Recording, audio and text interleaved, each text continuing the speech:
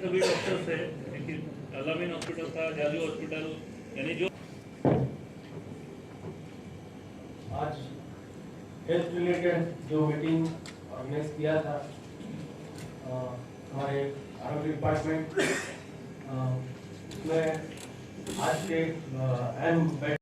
मेहनत के बाद में भी लोगों का जुनून इतना अच्छा था कि मेडिकल फैसिलिटी यहाँ पर हॉस्पिटल आए, वो बात मेरे दिल में थी। यहाँ पर जब मेरे पास डबल चार्ज था, मीन्स कमिश्नर का भी चार्ज था और कलेक्टर ऑफिस में डीओ का पोस्ट था, डिस्ट्रिक्ट एडमिनिस्ट्रेशन ऑफिसर। तो क्या करना चाहिए सिटी के लिए, तो वहाँ पर हमने मेडिकल फैसिलिटी के लिए एडमिनिस्ट्रेटिव अप्रूवल लिया था कलेक्टर साहब का और ये सिविल सर्जन का। तो साधारण कम से कम हमको सबको मालूम है 490 करोड़ का अंडरग्राउंड ड्रेनेज का सेकंड फेज का वो भी टप्पा अपने को सैंक्शन हुआ है लास्ट स्टेज पे, मींस कभी भी उसका टेंडर अपन कॉल कर सकते हैं। तो ये दोनों चीजों के लिए अगर ये डिसीज में लिस्ट में आगे आता है, चर्चा में आता है, वो कहीं तो भी रुकेगा। तो वो प्लानिंग से हम चल रहे हैं। बाकी पॉलिटिशियन लोग क्या कुछ बोल रहे हैं, उनका स्टंट है, वो मैं कुछ परवाह नहीं करता है।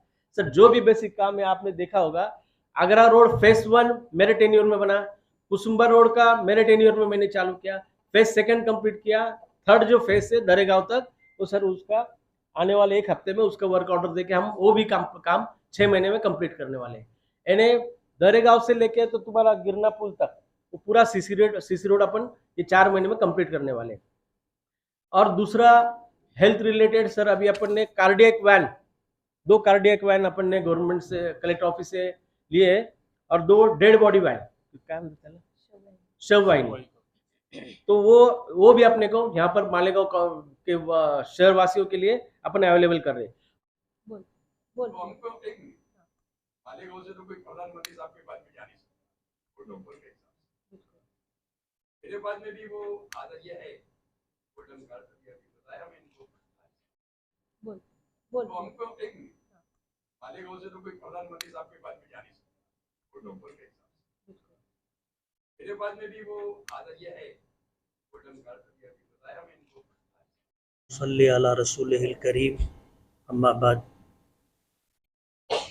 कारपोरेशन के कमिश्नर साहब, हेल्थ डिपार्टमेंट के हेड सपना ठाकरे साहब, WHA के जिम्मेदारान, हमारे डिप्टी कमिश्नर साहब,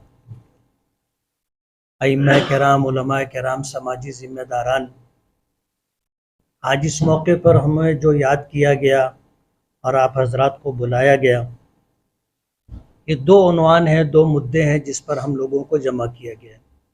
एक तो ये है जिसको टीकाकरण कहते हैं, जिसमें टीबी है, पोलियो है, डिप्टेरिया है, खसरा है और उसी के साथ रोबीला है। और भी बीमारियां हो सकती हैं जिसके लिए टीके दिए जाते हैं। ये एक एहतियाती तदबीर है। हमारे बड़ों ने सदियों के तजर्बे के बाद ये बात कही है कि एहतियात इलाज से बेहतर है। एहतियात इलाज से बेहतर है। माजी में इस मसले को लेकर के इख्तिलाफ रहा। कुछ लोगों का ये कहना था कि बीमार होने से पहले क्या टीका लगवाना या बीमार पड़ने से पहले इलाज करना, इसकी शरई क्या हैसियत है। लेकिन इस वक्त अभी दारुल उलूम देवबंद है और दारुल उलूम वक्फ है और दीगर हिंदुस्तान भर की जितनी हमारी मुस्लिम बड़ी तंजीमें और इदारे हैं, उन तमाम लोगों ने तमाम तर बहस व मुबासे के बाद ये बात तय कर दी है कि एहतियाती तौर पर टीके वगैरह लेने में शरन कोई हरज नहीं, मेडिकली एतबार से लेना चाहिए। एक बच्चा है, उसका मुस्तकबिल महफूज रहे और वो इस शहर के अंदर, इस देश के अंदर एक सेहतमंद शहरी की हैसियत से रहे, वो अपने लिए, अपने घर वालों के लिए, अपने ख़ानदान के लिए बोझ ना बने, माजूरी की ज़िंदगी ना गुजारे, उसके लिए एहतियाती तौर पर ये टीके दिए जाते हैं।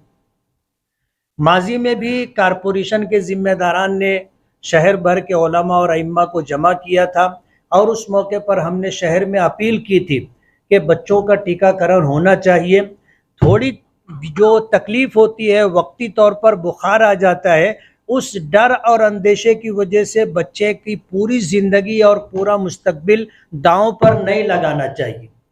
इस तरह की बातचीत उलमाए किराम की तरफ से गई थी और अल्हम्दुलिल्लाह शहर ने उसे कबूल किया था। लेकिन कहते हैं कि वक्त गुजरता है तो हर उस चीज़ के ऊपर जो हो उसके ऊपर गर्द गुबार आ जाता है। माजी की ये बात थी, लोगों ने बहुत तवज्जो से सुना था, अमल भी किया था। लेकिन अब जो रिपोर्ट आ रही है कि एक बहुत बड़ी तादाद ऐसी है जो डर और खौफ की वजह से अपने बच्चों को टीके नहीं देते हैं। हमें उनको समझाना है, बताना है कि इस बच्चे का मुस्तकबिल महफूज रखने के लिए और ये एक सेहतमंद शहरी बने, उसके पेश नज़र हमें टीका दिलवाना है। इसके लिए हम सब बाहमी मशवरे से तय करेंगे कि क्या तदबीर इख्तियार करें जिसकी वजह से लोगों तक हमारा ये पैगाम पहुँचे और मौसर पैगाम पहुँचे और लोग उसे मान करके कबूल करके अपने बच्चों को टीका दिलवाएं और पाबंदी के साथ वक्त वक्त के ऊपर टीका दिया जाता रहे, इस बात की कोशिश करें। दूसरी बात जो इस वक्त हमारे सामने आयुष्मान गोल्डन कार्ड की आई है, केंद्र सरकार की ये स्कीम है। कमिश्नर साहब और हेल्थ ऑफिसर सपना ठाकरे साहब ने मालेगांव के लिए इस स्कीम को, इस कार्ड को मंजूरी दिलवाई है।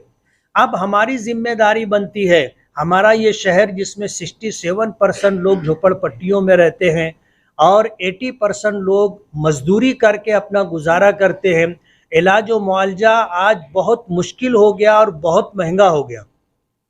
यही वजह है कि आप देखोगे कि जब किसी के घर का कोई फ़र्द बीमार होता है, हॉस्पिटल में एडमिट होता है, तो इलाज व मुआवजे के बाद वो बेचारा चंदा करने के लिए, लोगों से मदद न लेने के लिए मजबूर हो जाता है और फिर शहर भर में घूम फिर करके वो एक रकम इकट्ठा करके डॉक्टरों की और हॉस्पिटल की फ़ीस देता है।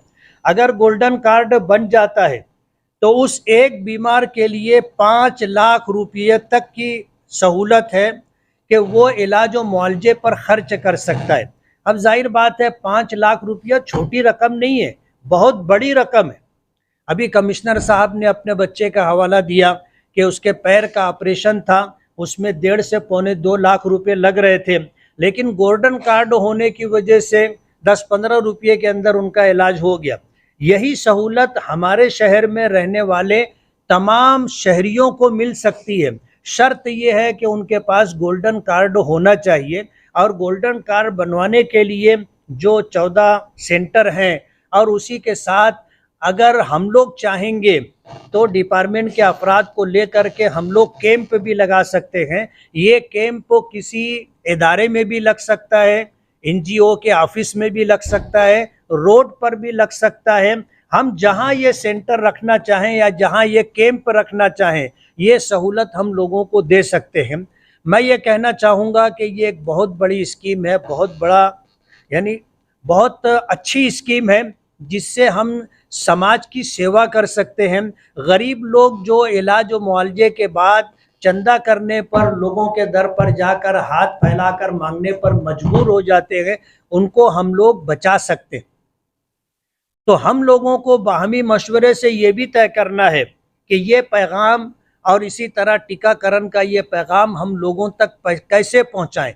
माजी में मस्जिदों के ज़रिए से हमने जुमा की नमाज से पहले ये अपील की थी और वो अपील कारगर रही थी। मस्जिद से जब ये पैगाम दिया गया था, लोगों ने उसे माना था और उसे मान करके उस पर अमल भी किया था।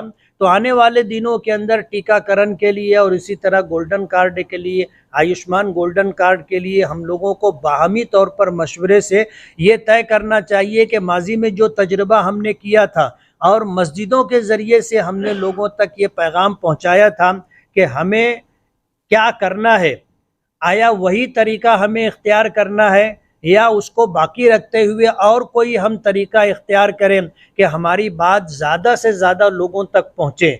उसके लिए हम लोगों को सर जोड़कर बैठ करके कोई लाए अमल तय करना चाहिए।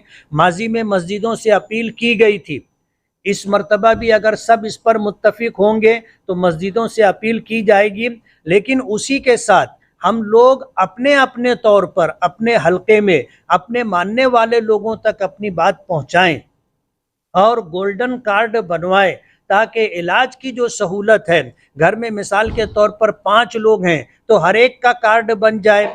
ऐसा जैसा वजाहत की गई कि एक कार्ड जो है पूरे घर के लिए नहीं होगा, एक शख्स के लिए होगा। घर में 2 फर्द हो, 5 फर्द हो, 10 फर्द हो, सबका कार्ड बनेगा। और ऐसा नहीं है कि अगर एक घर में एक का इलाज हो गया यानी उसने इस स्कीम से फायदा उठा लिया तो अब घर के दूसरे किसी फर्द को ये सहूलत नहीं मिलेगी, ऐसा नहीं है। हर फर्द को ये सहूलत मिल सकती है। शर्त यह है कि गोल्डन कार्ड होना चाहिए।